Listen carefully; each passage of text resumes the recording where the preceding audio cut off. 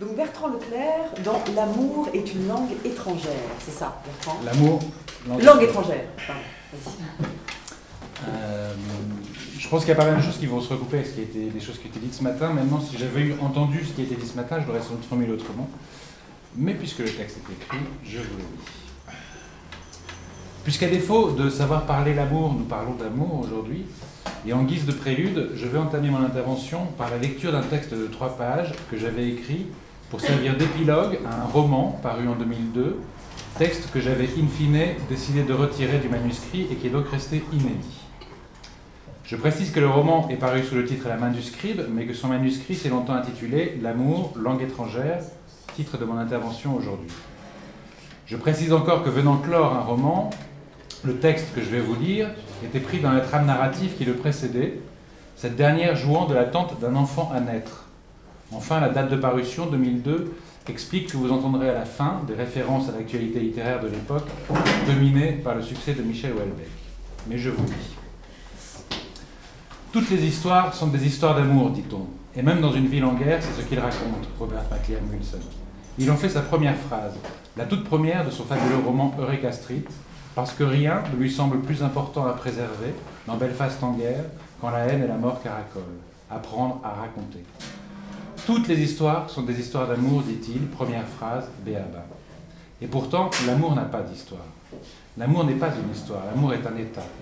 Ce sont ces sujets qui en font des histoires pour définir des frontières habitables, qui veulent en faire une histoire. Ce sont les sujets parlants qui veulent se raconter des histoires, justement parce que l'amour est un état qui se joue dans la langue, un état de la matière qui provoque dans la langue la libération et la dispersion du sujet parlant, et que celui-ci s'en garde autant qu'il le désire. C'est que le sujet parlant, l'animal doué de parole qui dit « je », a une histoire, lui. Une histoire particulière conditionnée par l'histoire collective et inscrite dans sa trame. Et il s'y accroche pour continuer de dire « je » au milieu des autres, qui savent dire « je » aussi bien que lui et parfois tellement mieux. Le sujet qui dit « je » est une fiction qu'il construit dans le même temps qu'elle l'agit, une fiction prise dans la fiction générale, tissée fil à fil, fils à fils, avec et dans la matière humaine, la matière d'avant l'histoire, d'avant les mots qui disent les histoires. Le sujet se gorge d'histoires, les siennes et celles des autres. Il en écoute, il s'en raconte, il les raconte, et se met ainsi en scène au théâtre des autres au prix d'un paradoxe. Cela même qui le saisit tout entier, le rend à lui-même insaisissable. Il se raconte des histoires pour continuer d'exister dans la comédie sociale, répliquer comme on préserve l'espace d'un rôle, pour ne pas voir que ce sont les histoires, les siennes et celles des autres, qui le racontent et non pas l'inverse. Ne pas voir que ce sont les histoires racontées qui tissent la fiction cousue de fil blanc, dans laquelle il n'a bientôt plus conscience de se protéger douloureusement des changements d'état de la matière, le mouvement même de la vie, ce mouvement qui toujours déchire les histoires lorsqu'il advient malgré tout. Mais le sujet le saurait-il qu'il s'obstinerait à recoudre les mots pour de nouveau parvenir à se considérer, au théâtre des autres, comme la somme de ces histoires, qui sont toutes des histoires d'amour ou de mort ou de frontières, justement parce que l'amour est un au-delà qui mettrait, s'il s'y laissait aller, s'il s'y laissait venir, qui mettrait en danger d'inflation son histoire en l'ouvrant à tous les vents de la dispersion. Ainsi de la relation amoureuse, qui n'est que l'une des formes les plus évidentes de l'amour ou de ses prémices. Quand la relation amoureuse, d'abord, au miroir du désir, permet de se retrouver en se racontant comme jamais dans le murmure bienveillant des nouveaux amants, et revient en chacun l'innocence d'avant les histoires, revient le présent du monde. Mais bientôt le sujet prend peur, peur de s'évaporer, d'échapper à la trame de l'histoire collective qu'il confond avec la trame du vivant, peur de disparaître dans un reflet liquide. Il veut une matière solide pour se construire, il la cherche chez l'autre, il passe du désir au besoin. Il veut fixer les choses au miroir du besoin, fixer la matière qui l'emporte. Et c'est là que commence ce cauchemar qu'est l'histoire. C'est que le sujet a peur de l'état liquide. Il est terrifié par l'état gazeux. Il est tenaillé par ce qu'il désire le plus au monde et qui n'en est pas moins ce qui le terrifie, l'avenir. Alors, il apprend à produire ou coproduire des histoires caméléons, des leurs destinées aux autres, et dessous, pour les faire tenir, il construit des barrages, des canaux, des digues. Il rafistole, il étaye, et s'il écrit, il appelle cela des romans. Il veut tellement sauver sa part d'histoire qu'il n'est bientôt plus que cela, sa part, produit de ses productions, propriété de ses propriétés. Il en vient à pétrifier la matière, et même à nier la matière sans laquelle il n'est rien pourtant, rien qu'un douloureux échafaudage sur le vide, un douloureux échafaudage, sans autre histoire que l'histoire bancale d'un échafaudage, une pure fiction. Dès lors, il mesure sans cesse le temps et l'espace social qu'il couvre en tremblant de son armature. Il devient comptable de lui-même, comptable exclusif de son histoire, de ses histoires, se raconterait-il poète. Il n'a plus rien à offrir. Il est perdu à la vie, à l'humain, particule élémentaire qui se cogne au mur de ses obsessions. Il croit bientôt qu'il faut en finir avec le désir, le sexe, ce corps qui le tenaille encore, pourtant, alors il en vient au miroir de la frustration, à condamner l'idée même de sujet, d'individu, au nom duquel il avait tout sacrifié. Acrophobe, militant de la mort, il ne porte plus que le devenir humanoïde de l'homme, ce nouveau leurre religieux, destiné comme les précédents à domestiquer l'être dans les chaînes du confort. En vérité, l'histoire du sujet n'aurait pu naître que de l'amour et des changements d'état de la matière qu'il aurait successivement traversés, s'il ne s'en était religieusement gardé. Sans doute le sait-il, lui aussi, et rien ne lui paraît si rien ne lui paraît plus dangereux que de le dire. Il est, au fond, comme ce vieux moine au cœur du Melmoth de Charles Robert Mathurin. Le vieux moine qui, un soir cruel, sur son lit de mort, assène brutalement au novice, son disciple, qu'il n'y croit plus depuis bien longtemps, s'il y a jamais cru, à cette fiction catholique, ce tissu de baliverne qu'il lui a religieusement inculqué depuis des années. Le vieux moine qui jouit tout debout à révéler au novice comment il a joué de sa naïveté pour le précipiter à son tour dans la vie monastique, à seule fin de s'y sentir un peu moins seul. Comment il a joué de sa naïveté pour ne pas être le seul ou le dernier des baisers jusqu'à l'os. C'est la nuit mortuaire, une nuit de veille et de prière, et le vieux moine incrédule prend sa revanche, illumine enfin son lit de mort à pénétrer de ces mots indélébiles le moinillon qui se tord de douleur à ses pieds, ravagé, subitement promu à son tour petit soldat anonyme du mal à l'œuvre dans toute son obscure banalité, petit soldat qui en initiera d'autres au nom du bien de tous. Il a désormais la vie devant lui pour le faire. Il sait comment raconter des histoires qui feront un temps briller des yeux novices dans la nuit de sa solitude infernale. Raconter des histoires plutôt que vivre éveillé l'histoire de son histoire qui n'est pas la sienne et pourtant il n'en a pas d'autre. L'histoire de son histoire qui risquerait de le mener au désert, et qui, dans nos histoires, pour faire le pari que le désert est le plus habité des mondes, qui, dans nos histoires, pour faire le pari de la poésie. Car l'art et la poésie non plus n'ont pas d'histoire. La poésie n'a pas d'histoire. La poésie n'est pas une histoire, c'est un état de la langue et donc du ou des corps qui la portent. On ne naît pas poète, on ne le devient pas non plus. On est poète par instant fugace, à condition de rester furieusement vivant, de laisser ouverte la possibilité pour la langue de changer d'état à travers soi, de ne pas l'enfermer dans les douves des histoires solides que l'on voudrait se raconter pour s'y reposer enfin, s'y reposer en paix. Et de même qu'apprendre à vivre, ce serait apprendre à laisser la matière à travers le sujet que l'on est, changer d'état sans cesse jusqu'à le déborder, de même qu'apprendre à vivre, ce serait en somme apprendre à s'inscrire dans la trame du vivant, jusqu'à accepter de mourir, jusqu'à accepter de donner la vie, car il faut apprendre en riant à la perdre pour la donner dans la joie, la vie. De même et dans le même temps, dans le même mouvement, parce qu'il s'agit de la même chose exactement, apprendre à écrire, ce serait apprendre à laisser la langue à travers le sujet que l'on est, changer d'état sans cesse, apprendre à se risquer dans la langue jusqu'au point où l'on ne peut plus se raconter d'histoire, car il faut perdre la voix pour la trouver, car il faut accepter de l'avoir perdue pour la trouver enfin. Alors peut-être le chant pourra naître, et son histoire partagée, ou du moins une possibilité de l'entendre, ce miracle impossible du chant, mais il a pu avoir lieu déjà pourtant, infini mystère de cas, infini mystère, mais s'il a pu avoir lieu, il peut advenir encore. Alors peut-être pourra naître le chant d'amour de la vie, de la naissance au monde, de la connaissance, celui qui vient du ventre, du sexe, du cœur, de beaucoup plus loin que la gorge. Il n'y a pas d'autre travail qui vaille que celui qu'appelle cette utopie. Oui, et puisque toutes les histoires sont des histoires d'amour, et puisqu'une histoire peut en cacher mille autres au croisement de nos vies, et puisqu'il s'agit d'apprendre, humblement apprendre à tisser l'histoire des histoires, pour ne pas en laisser les fils et les fils disparaître dans la trame de l'histoire, ce linceul. Voilà. C'est un texte qui a 10 ans. Je reprends plus calmement pour essayer de démêler quelques-uns des fils tramés ici, et tout particulièrement le parallèle esquissé entre l'amour et l'art.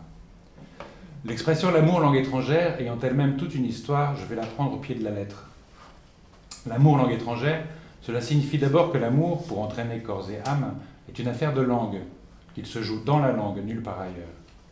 Sur le versant positif de l'expression, parler de l'amour langue étrangère, c'est émettre l'hypothèse que l'amour pourrait cependant s'apprendre ou se transmettre, que ce soit laborieusement, mais les professeurs sont sans doute plus rares encore que ceux qui sont susceptibles de vous initier aux langues kanaks, ou que ce soit à notre insu, comme l'enfant apprend une langue par immersion.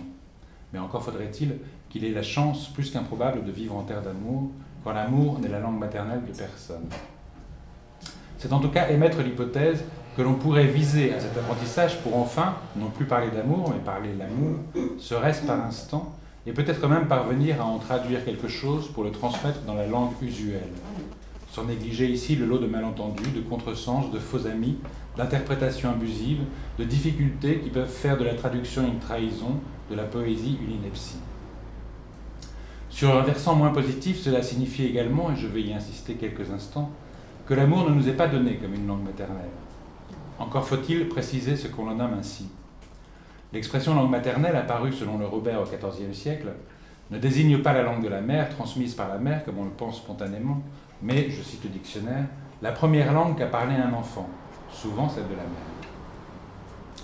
Si la langue est dite maternelle, c'est peut-être plutôt parce qu'elle nous met une deuxième fois au monde. Elle nous met au monde de l'animal parlant qu'est l'homme. Mais cette langue dite maternelle n'est rien d'autre que la langue commune, où, j'y reviendrai, l'utilité a de longtemps pris le pas sur l'amour, sans même parler de ce désastre qu'on appelle la communication.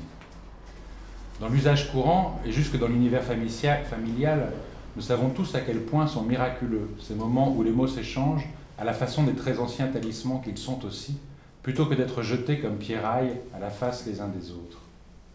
C'est cette langue commune qui s'immisce en nous dès les premières heures de l'enfance, jusque dans les plis nocturnes de nos rêves, immergeant peu à peu le réel sous l'océan magique des mots. Dès lors, la langue nous donne le monde en nous le révélant, mais c'est pour nous le reprendre aussitôt, dans la conscience douloureuse, que nous n'en saisissons à travers nos mots qu'un double réfracté, qui plus est un double singulier, un double incommunicable. C'est bien pourquoi le monde nous est un paradoxe au sens que les logiciens confient à ce terme. Le paradoxe, je cite, est une assertion aussi indubitablement juste qu'elle est fausse ou du moins invérifiable.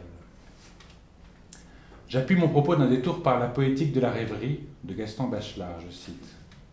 Les grands rêves de cosmicité sont garants de l'immobilité de la Terre. Que la raison, après de longs travaux, vienne prouver que la Terre tourne, il n'en reste pas moins qu'une telle déclaration est oniriquement absurde. Fin de citation. C'est autant par les rêves que par la raison que le monde pourtant parvient à exister, à apparaître au fond des eaux de la langue. Le rêve ne nie pas plus le réel que ne le fait la raison raisonnante.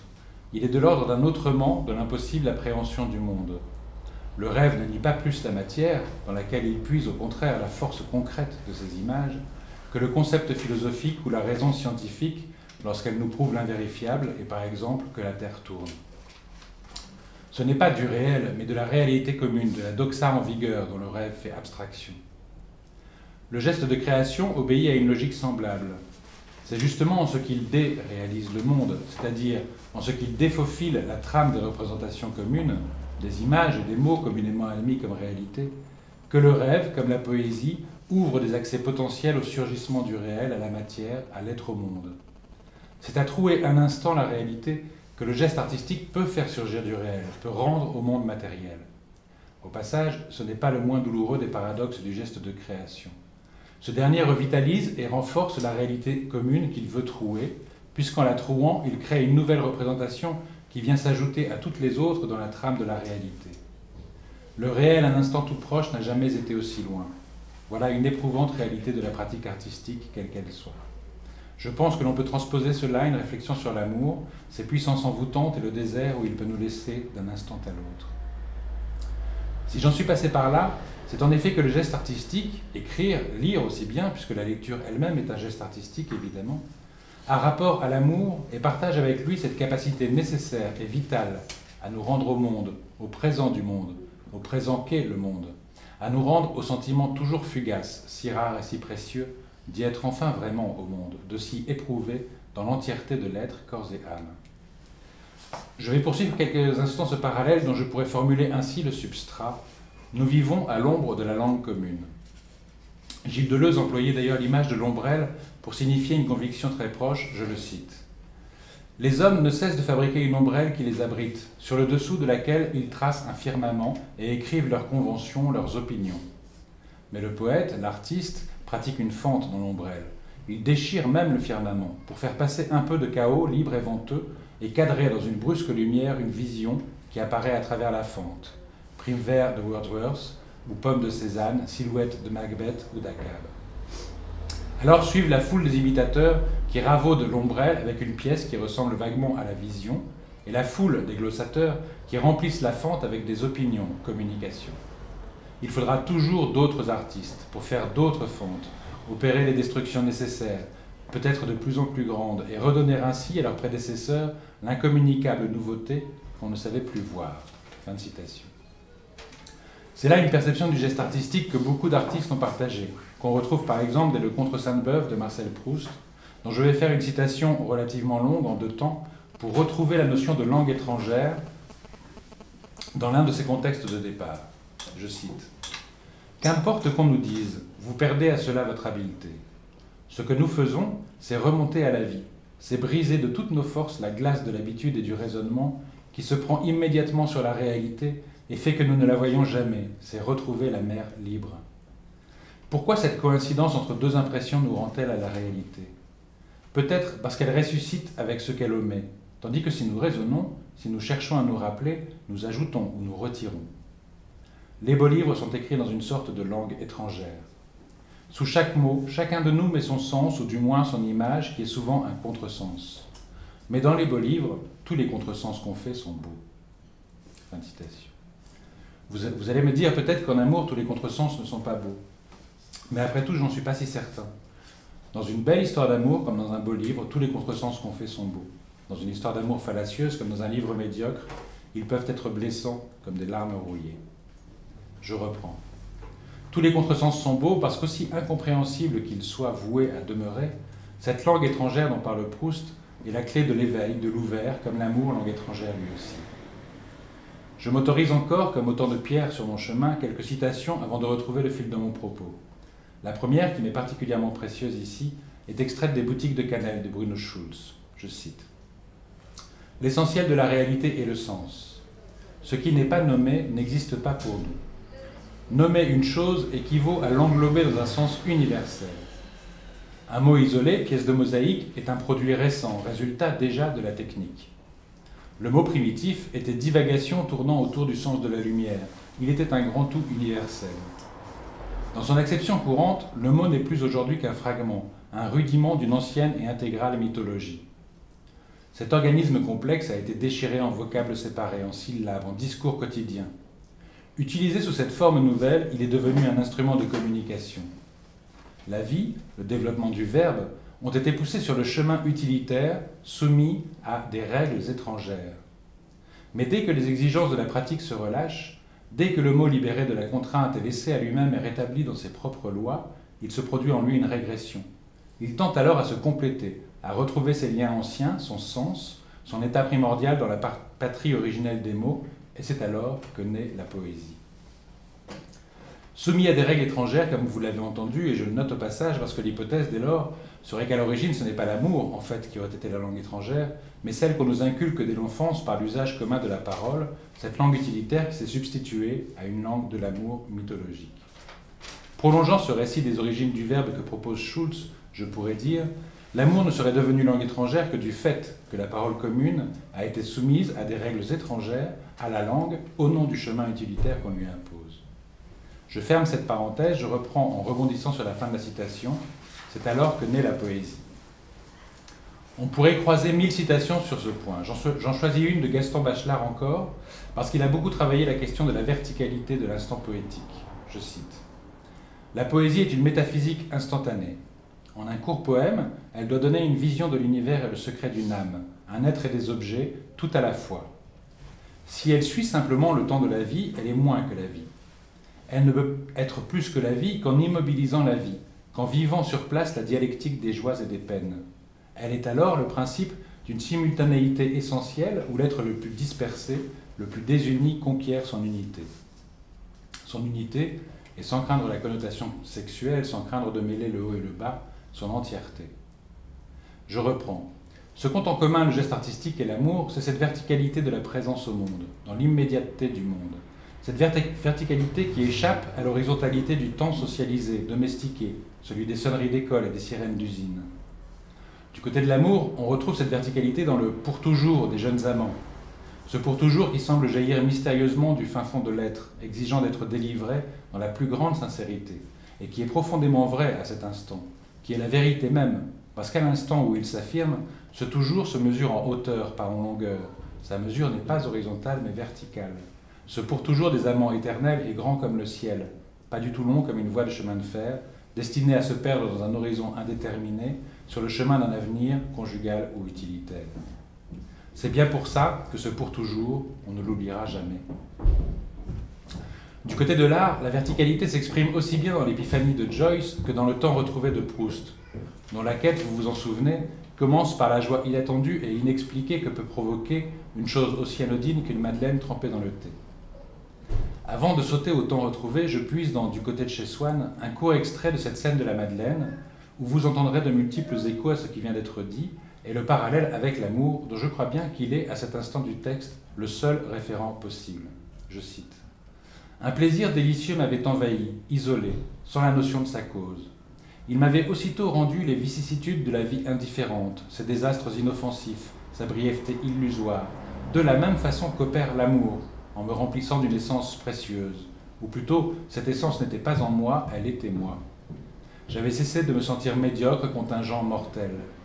D'où avait pu me venir cette puissante joie?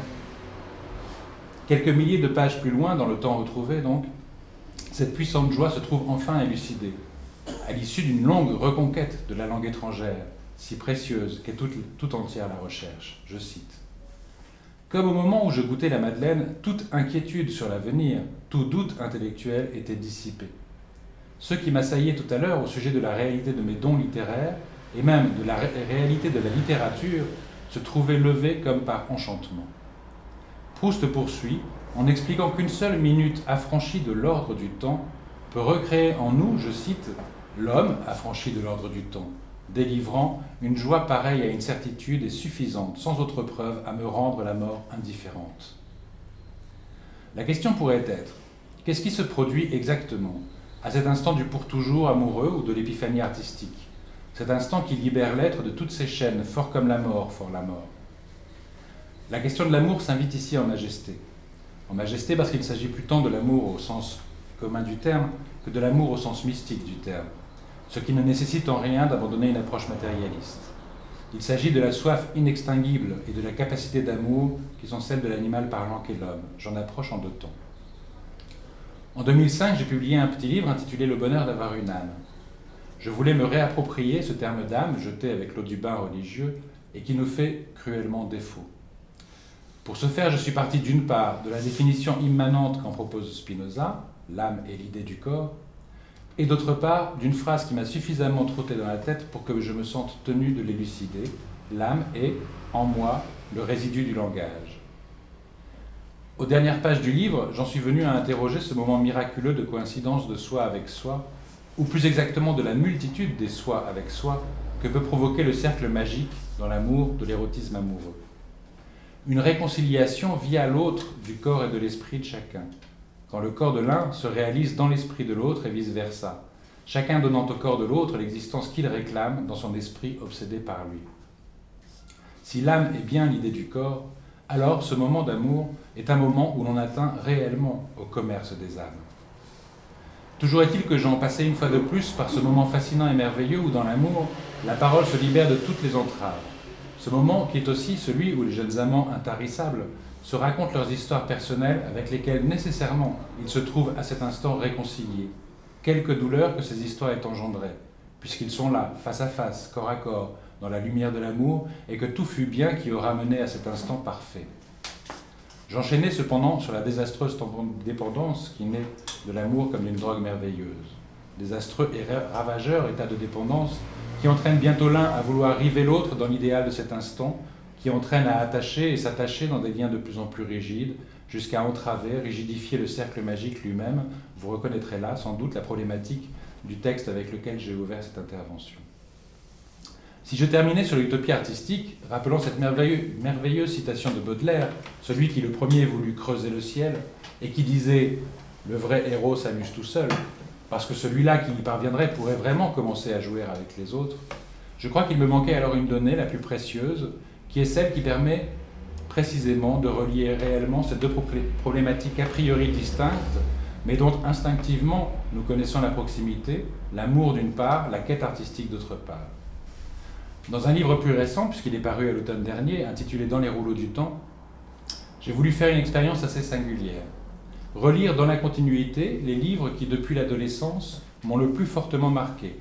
Non pas ceux que je préfère ou que je trouve les plus grands, mais ceux qui ont été le lieu d'un choc de lecture incomparable, depuis Aurélien de Aragon ou Histoire d'eau, jusqu'au Sang du ciel de Piotrowicz, en passant par Proust, mais aussi Sartre ou Cixous. Le principe reposait en somme sur un credo. Les livres qui nous ont touchés profondément en savent long sur nous, et peut-être plus long que nous. À notre insu, c'est ainsi qu'ils peuvent aider à éclairer peut-être. Ils sont gros de tout ce que nous ne savons plus savoir au quotidien laborieux des jours, tout ce que nous préférons enfouir par conformisme et par habitude sous la connaissance conventionnelle, disait Proust. J'ai été le premier surpris de constater, écrivant des textes sur les événements de lecture qu'ont été ces livres, de constater à quel point la question de la place était récurrente dans tous ces livres. La place sous un ciel vide, le sentiment d'être sans place, toujours déplacé, quand il n'est plus aucune instance supérieure pour en assigner une de droit divin. Mais c'est plus encore les questions qui sont évidemment liées à la précédente, de la chance et de l'amour qui, au bout du compte, sont au travail d'un bout à l'autre de cet essai, et c'est pourquoi je m'autorise, en guise de conclusion, à repasser ici par quelques propositions extraites de l'introduction du livre, écrite à la fin comme il se doit, et qui vont me permettre de nouer tous les fils tirés au long de cette intervention. À lire et relire à la recherche du temps perdu, qui en est pour moi le lieu le plus exemplaire, il me semble que les puissances de la littérature sont strictement comparables aux puissances de l'amour. Tout un chacun les a éprouvées à sa mesure, les puissances de l'amour, les a éprouvées en fonction de la liberté qu'il en a, liberté qui tout à la fois se construit et reste toujours conditionnée. Aussi bien dans les plus grandes souffrances, dans la haine et la solitude insupportable de l'abandon, que dans la joie, dans le sentiment d'être rendu au monde, de s'y retrouver enfin en accord avec le chant du monde. Alors, on redécouvre la possibilité de l'amor fati, l'amour du destin. Serait-on livré au hasard, pure contingence, amputée de l'idée de Dieu? L'amor fati, c'est l'émerveillement qu'éprouvent les jeunes amants de se raconter l'un à l'autre avec tant de bonheur, puisque même les événements les plus éprouvants ont concouru à leur rencontre, à l'instant parfait qu'ils vivent, enchaînement fatal du bonheur.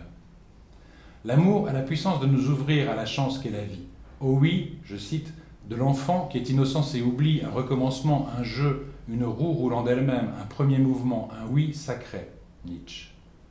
Ce oui sacré, qui est en majuscule le dernier mot de l'Ulysse de James Joyce, son cœur battait comme un fou, et oui, j'ai dit oui, je veux bien, oui, et celui de la création. Toute proportion gardée, c'est le même sentiment d'euphorie, comme le monde est léger, comme tout ce qui paraissait grave et terrible hier semble insignifiant, qui peut nous saisir un instant fugace, rare et précieux, devant une page approchant la perfection.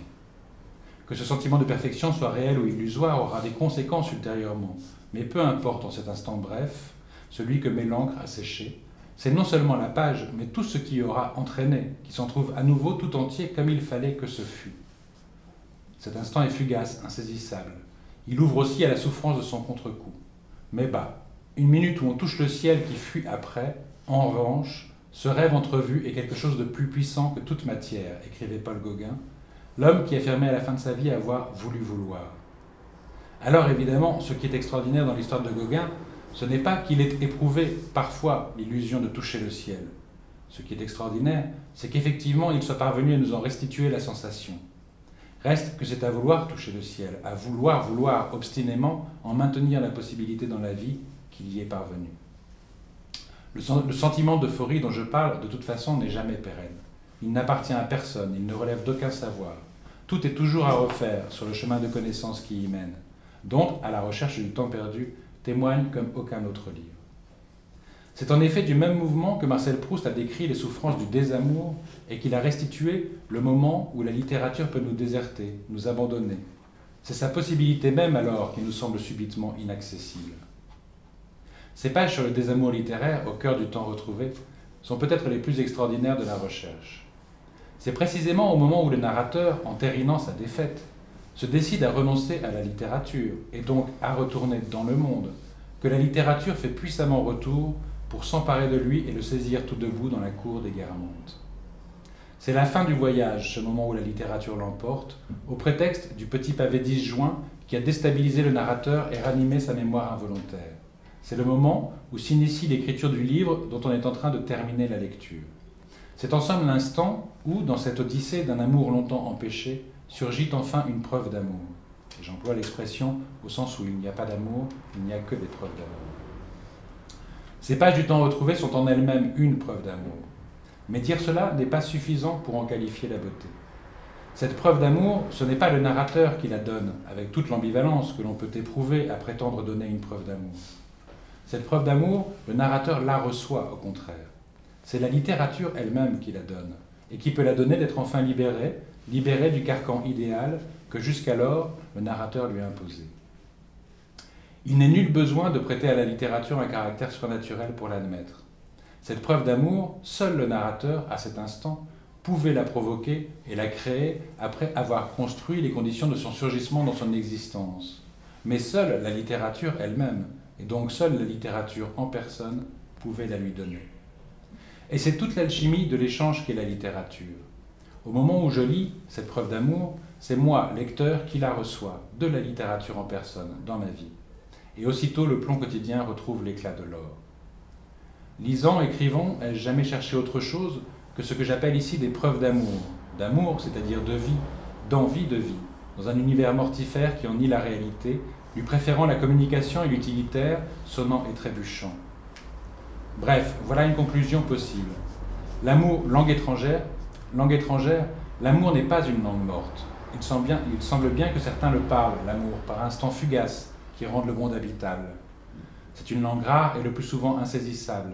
Une langue qui ne connaît que le présent et ne peut se parler qu'au présent, qui ne se conjugue pas, qui n'a pas d'utilité, qui ne sert à rien et ne sert rien sinon la vie. Raison pour laquelle le monde utilitaire n'éprouve guère l'utilité de favoriser l'apprentissage de ces déclinaisons toujours déroutantes, impossibles à établir définitivement et que n'a jamais contenu aucun catéchisme. Il n'existera jamais de méthode assimile de l'amour langue étrangère. On en trouve des traces écrites, cependant, sur le chemin de connaissance qu'est la littérature. Ces traces sont autant de pierres de rosette, mais des pierres de rosette qui ont la particularité de n'être vraies que dans le seul et bref instant de leur déchiffrement, un instant vertical qui délivre, répétons-le, une joie pareille à une certitude et suffisante sans autre preuve à me rendre la mort indifférente. Éternelle recréation du monde et de la langue dans l'amour même, qui ne serait rien d'autre au fond, miracle du chant qui jaillit, que l'instant rabaldien de la mer mêlée au soleil. Elle est retrouvée, quoi? L'éternité. C'est la mer mêlée au soleil. C'est l'impossible, on le sait bien. N'empêche, c'est arrivé.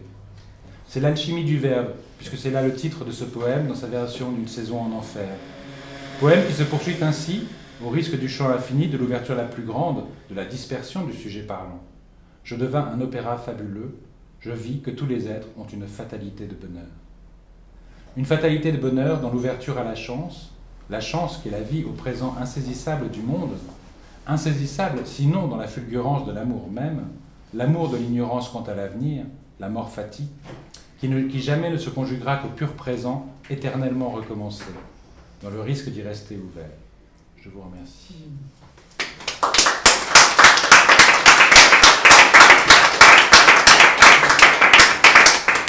Je vais essayer de dire ce qui m'a touchée, du coup. Voilà, et pas d'être dans le concept trop fortement, mais d'être dans l'accueil de ton intervention, de tes mots, hein, des images et de ce qui m'a parlé. Voilà. Et je pense qu'il y a quelque chose que je trouve très touchant, c'est que, si j'ai bien entendu, en tout cas, ce qui est pour toi la question de l'amour liée à la littérature, à la langue, en fait, hein, c'est que dire oui à l'amour, c'est dire oui à la langue, quelque part. Hein, quelque chose de la lettre. C'est dire oui à la chance de la langue. À la chance de la langue, voilà. Hein, et qu'il y a un oui dans cette histoire, un oui qui échappe. Voilà. Ce que je crois avoir compris dans ce que tu nous donnes là. Et que ce oui qui échappe, auquel l'écrivain se voue, en quelque sorte, c'est-à-dire se fait chambre d'écho, enfin, se fait chambre d'accueil plutôt, par rapport à ce oui primordial, qui lui en fait quelque chose de particulier. Tout le monde, non. Enfin, je pense que c'est pas donné à tout le monde. C'est pas un... Mais il y a en même temps le parallèle que j'ai essayé d'esquisser là. Alors, évidemment, Ouais. c'est très court, même si c'est déjà long, mais c'est très court quand même. Effectivement, ça passe beaucoup par la question de la chance aussi. C'est une ouverture, c'est une question d'ouverture, voilà, d'éveil et d'ouverture. Alors après, ce sont des choses qui sont évidemment infiniment discutables. Mais il y a une part de rapport. C'est pas tellement la chose qui est subjective, c'est le rapport qui est subjectif. Et donc il y a un rapport qui est subjectif. Et pour moi, la littérature, je pensais que ce terme-là déjà ait plus de sens que ça, c'est justement laisser jouer la langue, c'est le jeu du signifiant en fait, vraiment. Et y compris, et je crois que c'est d'où le parallèle que j'ai essayé d'esquisser. Je crois que la question de l'amour est très proche en cela que justement, même sans entrer dans des problématiques aussi vastes que celle de la création, puisque l'amour évidemment aussi est de l'ordre de la création, pose à chaque individu les questions de ses limites, alors sociales, économiques, etc., et de la chance, et donc de la confiance. Parce que la chance, étymologiquement, c'est ce qui tombe. C'est ce qui tombe. Autrefois, elle pouvait être bonne et mauvaise, mais c'est ce qui arrive de toute façon. Voilà. Alors, il me semble que la question de l'amour, que là j'essaye d'élargir au-delà de la question amoureuse, parce que je crois qu'elle concerne aussi évidemment les relations parents-enfants et réciproquement, etc. Là, il y a aussi des questions. Il y a aussi évidemment de l'amour, mais je prends juste un tout petit exemple avant de te rendre la parole. C'est que moi, je me suis souvent beaucoup arrêté sur cette phrase qu'on entend tellement souvent d'un parent, père ou mère, je crois que ça ne change rien, qui dit à son enfant « j'espère qu'il ne t'arrivera rien ». J'espère que je refuse la chance. Voilà. Et cette question de la chance est totalement centrale. Et je crois qu'en littérature, c'est ce qu'on joue, c'est ce qui se joue. Il faut faire confiance à ce qui vient, à ce qui arrive, à ce qui tombe, à la chance. Le terme allemand, je crois que c'est Einfall, ce qui tombe. Ce qui tombe. Freud en parle aussi, ce qui tombe. Voilà, au sens du signifiant aussi. Alors, moi, je traduis cet accueil par l'abandon, s'abandonner. Une capacité de s'abandonner à ce qui vient, justement. Ce que tu disais me faisait penser à la... Alors, je vais dire, se laisser faire par ce qui traverse, l'accueillir quand on écrit. Parce que moi, je pense que j'oublie pas quand tu parles vraiment, toi, comme écrivain. C'est-à-dire ton rapport, justement, à la langue, à l'écriture, et à comment tu te laisses prendre par ce qui t'arrive, je dirais. Accepter. Il y a une acceptation, je pense, là-dedans. Un accueil. Oui, et puis il y a aussi, plus simplement, d'une certaine manière, du jeu. Oui. Dont tu as parlé au début. Oui, le jeu ne peut advenir que si on joue le jeu. Et si on joue le jeu, qui on lance les dés du jeu aussi. Voilà. C'est lancer les dés du jeu, je pense, à travers une fiction. Voilà. Et les histoires, voilà. C'est-à-dire cette aspiration à l'histoire, à se raconter des histoires. Mais je pense qu'il y a deux choses là-dedans. Il y a le sens et il y a la poétique, que je ne mets pas forcément du côté du sens, moi personnellement, que je mets plus dans ce que tu as appelé le côté du chant, ce miracle du chant, tu as dit. Voilà. Je trouve ça très beau, le miracle du chant, et qui m'évoquait complètement la transe. C'est-à-dire qu'on a évoqué cette semaine ici deux auteurs, dont Duras et Jelinek, Elfriede et Jelinek, qui sont des auteurs totalement différents, deux auteurs femmes, et qui témoignent toutes les deux, donc de ce dont je crois que tu parles, de cette affaire d'être emporté par la langue. Que ça, Duras disait « ça m'arrive, ça m'attaque si vous voulez, ça me vient. » Voilà. Et elle écrivait de cet état-là, à partir de cet état-là. Bon. L'alcool est dedans pour elle. Jelinek dit autrement, mais la même chose, c'est-à-dire qu'elle parle de transe, de l'écriture comme une transe. Voilà. Comme quelque chose qui est du l'ordre du total lâcher-prise, et d'accepter ce chant intérieur, et de le laisser être. De le laisser... Ouais, moi, transe, oui, enfin, je ne pas, mais de joie, en tout cas. Oui. La question de la joie, au sens le plus fort du terme, parce que justement, on trouvait que c'est des questions qui étaient un peu effleurées ce matin aussi, parce que c'est la question du mystique. Voilà, exactement. Mais sur le raconter des histoires, c'est...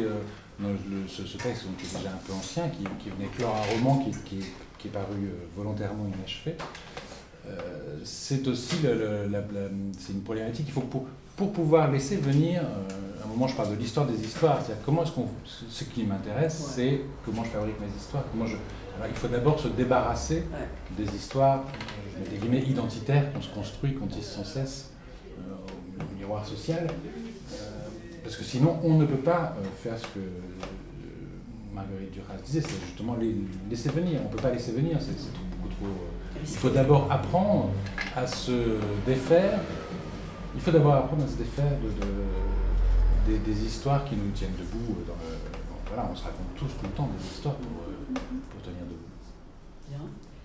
Alors, tu parles mais de je pense joie. qu'en amour, c'est enfin, en tout cas dans ce moment extraordinaire de la passion amoureuse, où justement on raconte une forme de, on atteint dans la parole une capacité rare et précieuse aussi à la vérité. Je mets des guillemets puisque c'est une vérité qui n'est vérité que dans cet instant où elle se formule, mais néanmoins une parole juste et vraie et qui se débarrasse de ces échafaudages fictionnels qu'on travaille tout le temps. On ne peut pas faire autrement. Hein.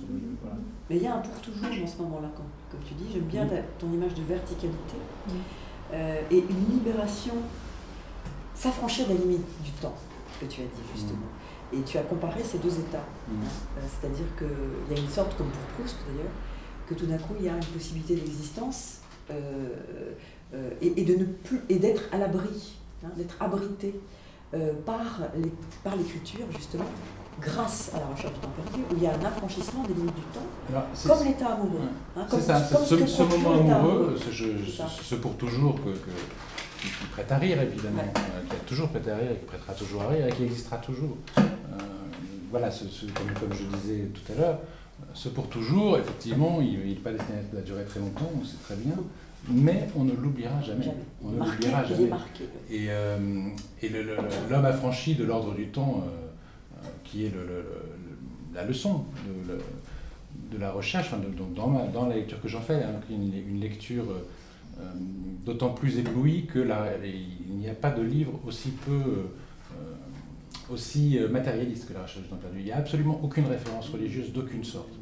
Et en même temps, il y a cette verticalité, parce que toute la difficulté où on est aujourd'hui, c'est que la verticalité, elle a été symbolisée et enfermée pendant des siècles et des siècles, enfin, la verticalité des cathédrales, pour ce qui est dans nos terres catholiques. Mais, et que l'effondrement de la croyance religieuse à un moment, en tout cas, a eu tendance historiquement à nous ramener à un pur matérialisme qui est totalement insuffisant, parce que ce rapport au temps, ce rapport vertical au temps, que malgré tout proposait la religion, eh bien, on n'a plus les moyens d'en construire les conditions de surgissement. Et ce moment miraculeux de la recherche, c'est que justement, c'est dans un des livres les plus matérialistes qui soit, qu'il peut advenir, alors via le véhicule, en l'occurrence c'est la littérature, mais ça pourrait être un autre art, ou ça pourrait être peut-être l'amour, je ne sais pas. Après, ce matin, quelqu'un a rappelé la phrase de Céline sur l'amour qui est l'infini à la portée des caniches. Bon, c'est du Céline. Le fait est que ce moment, c'est un moment en fait de pur présent, c'est-à-dire de pure présence. Et alors là, je parle de façon un peu brouillonne, excusez-moi, mais le fait qu'on soit des êtres de fiction tout le temps pris dans nos histoires et dans nos langues, etc., fait que le présent nous échappe sans cesse. On est toujours dans la projection vers l'avenir, qui est la chose qu'on redoute le plus, qu'on désire le plus. On est toujours rattrapé par le passé parce qu'on le projette comme étant facteur d'avenir, etc. Et le présent nous échappe, le présent n'existe pas. Voilà. Le présent, au quotidien des jours, il existe vraiment très très très peu. Dans le moment amoureux privilégié, dans le moment dont parle Proust, dans l'épiphanie joycienne, dans l'éternité, la mer mêlée au soleil de Rimbaud, c'est du pur présent. Voilà. Et le pur présent, c'est le seul moment, en fait, où on habite le monde, enfin.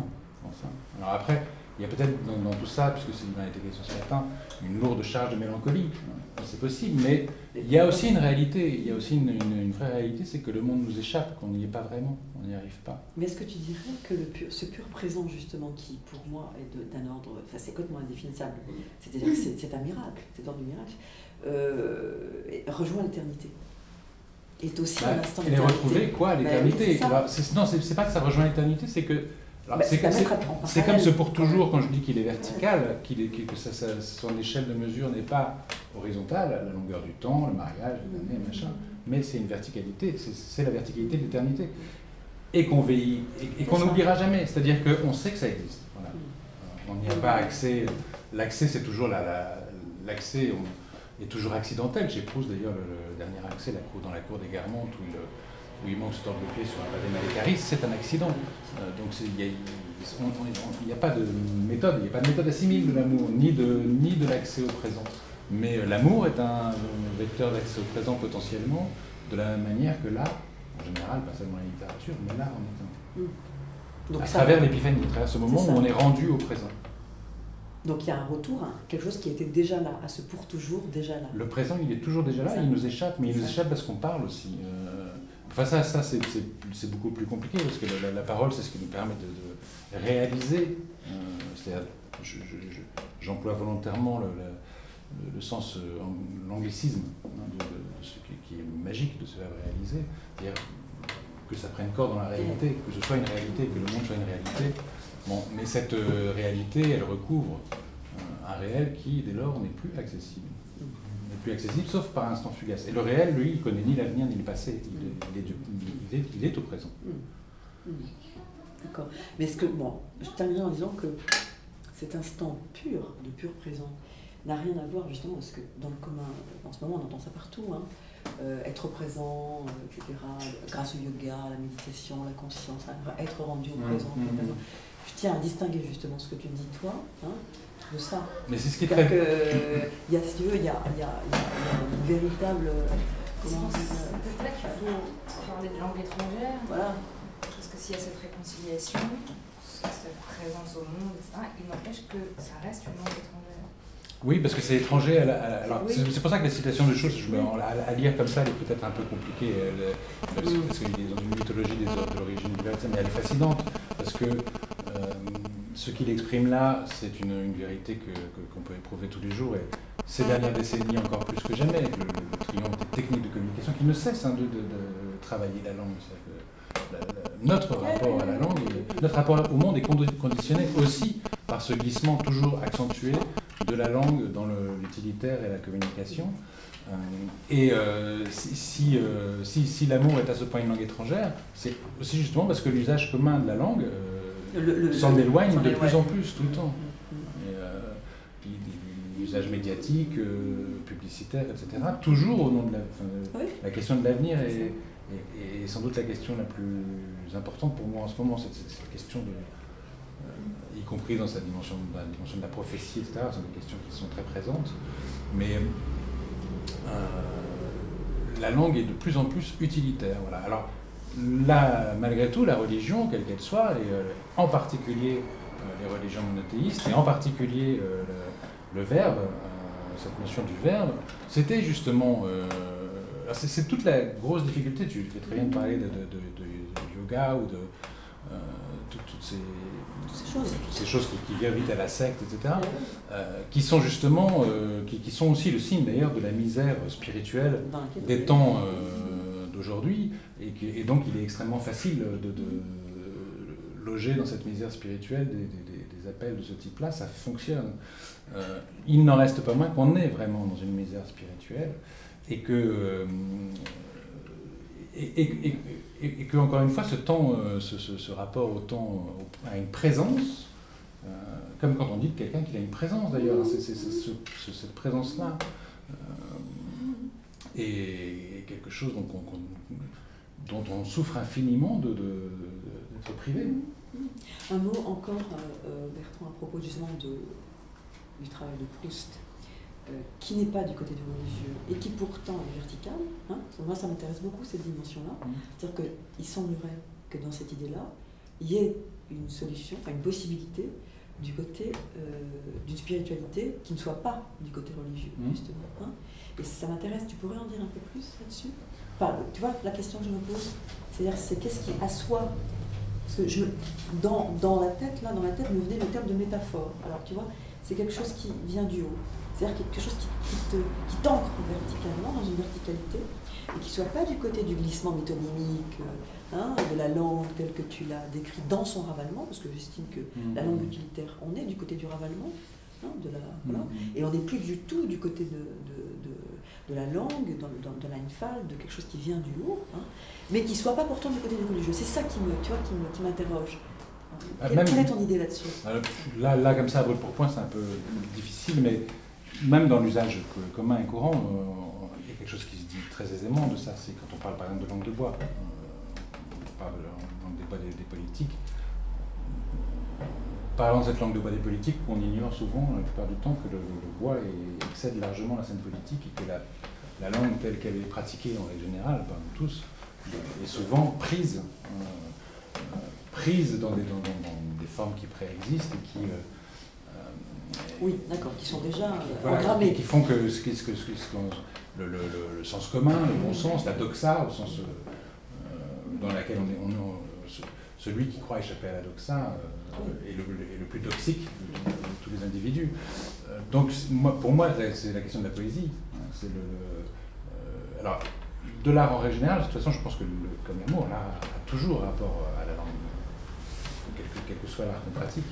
Mais la poésie, sur ce point-là, l'art des arts, puisque c'est justement celui qui travaille très directement comme un matériau et d'une manière artistique, la langue commune dans laquelle on est tous enfermés. Il y a une ambivalence dans mon rapport à la langue qui me semble la logique même. Mais langue commune et cet accès à l'être et à la présence, c'est un moment où... moi j'aime beaucoup, par exemple, et après c'est l'image de Proust qui remonte qui retrouve la mer libre en remontant à travers la glace cette langue commune. C'est l'image de Kafka qui dit qu'un livre doit être comme la hache qui fend la mer gelée. La mer gelée, c'est évidemment la langue commune. C'est l'image de Bruno Schulz que je citais tout à l'heure. Ce moment de verticalité, il est forcément dans quelque chose qui se trouve. Alors c'est l'image aussi de Deleuze, l'image est évidemment très métaphorique, mais j'aime beaucoup cette ombrelle sur laquelle on a exactement repeint le ciel, sauf que c'est une image fallacieuse. Il y a une troue, exactement. Et c'est quand on troue, c'est au moment où on troue que quelque chose échappe à cette emprise de la réalité sur le réel. Et la poésie, mais l'art en général, et l'amour aussi, sont le lieu de ce possible-là. Encore faut-il y être ouvert. Voilà, après, parce que la question, il n'y a pas de façon technique pour fendre l'ombrelle. Par contre, il y a beaucoup de techniques pour que chacun soit empêché d'imaginer même que ce serait possible d'aller là. Bien. Des questions? Ça prolonge un peu que disait Fabien tout à l'heure, disons que le capitalisme ne veut rien savoir de l'amour. Oui, mais ça c'est... C'est Potvin qui c'est une réponse collective. Le capitalisme ne veut rien savoir de l'amour. Qui disait non, c'était une citation du psychanalyste qui a fait C'était Lacan disant que le capitalisme ne veut rien savoir de l'amour. Bien sûr, c'est le pire ennemi c'est le pire ennemi du capitalisme, l'amour, c'est évident. Justement parce que c'est tout d'un coup une échappée belle au conditionnement, à l'utilitaire. Non, mais moi, ce que j'apprécie beaucoup, c'est de mettre en rapport l'art, la poésie et l'amour comme étant relevant du même ordre. Et j'ai vraiment envie d'employer ce terme, du même ordre. Qui est un ordre vertical. Absolument. Ça tombe au même endroit. Et je trouve que c'est une autre façon d'en parler, en tout cas.